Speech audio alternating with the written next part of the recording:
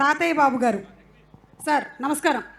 నాకెందుకో మీరు దుర్గేష్ గారిని నేను పాట పాడమని అడిగినప్పటి నుంచి నన్ను అడగొచ్చు కదా నేను పాడతాను, ఆయన ఎందుకు అడుగుతున్నారు అన్నట్టుగా చూసినట్టు అనిపించింది నాకు. పాటలు పాడడం నా మనోనేత్రంతో చూశాను నేను.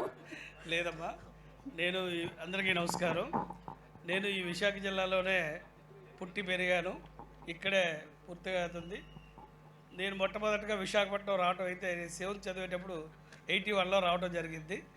81లో వచ్చి ఫస్ట్ ఆంధ్ర యూనివర్సిటీ బీచే చూడడం జరిగింది. 81లో మా చిన్నాన్న గారు ఒక పోర్ట్ టెంపుల్ ఉంటే వారి ఇంటికి వచ్చి 81లో దసరా సెలవులకు వచ్చి రావటం. మరి ఈ ప్రాంతవాసిగా ఈ జిల్లాలో పుట్టడం చాలా సంతోషం.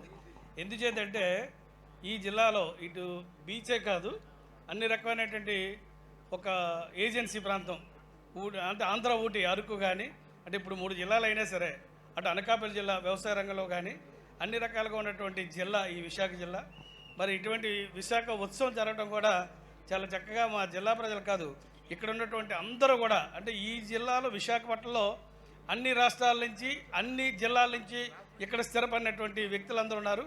మరి వారి బంధువులు కూడా అందరూ వచ్చి ఈ ఫెస్టివల్లో ఆనందింపజేసి ఈ ఉత్సవాన్ని ఇంకా జయప్రదం చేయవలసింది అది కోరుతూ సెలవు తీసుకున్నాడు. Thank you sir. మీరు చెప్పింది అక్షరాల నిజం. ఎందుకంటే విశాఖపట్నంలో కల్చరల్ యాక్టివిటీస్కి అలాగే స్పోర్ట్స్కి గేమ్స్కి కూడా చాలా పెద్దపీట వేస్తారు.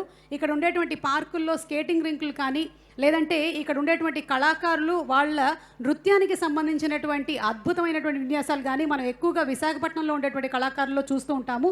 సో మరొకసారి విశాఖ ఉత్సవాలకు వచ్చినటువంటి క్రమశిక్షణకి మారు పేరు అని చెప్పాం కదా, నిజంగా చెప్తున్నాను సార్. ఎన్నో ఈవెంట్లు చేస్తూ ఉంటాం, ఈరోజు ఇంత జరుగుతున్నా సరే వాళ్ళందరూ కూడా అలజడి ఏమైనా ఉంటే అలల్లో ఉంది, కానీ ఇక్కడ మాత్రం చాలా స్థితప్రజ్ఞతతో కూర్చున్నారు సార్. ఇది మ్యాటర్.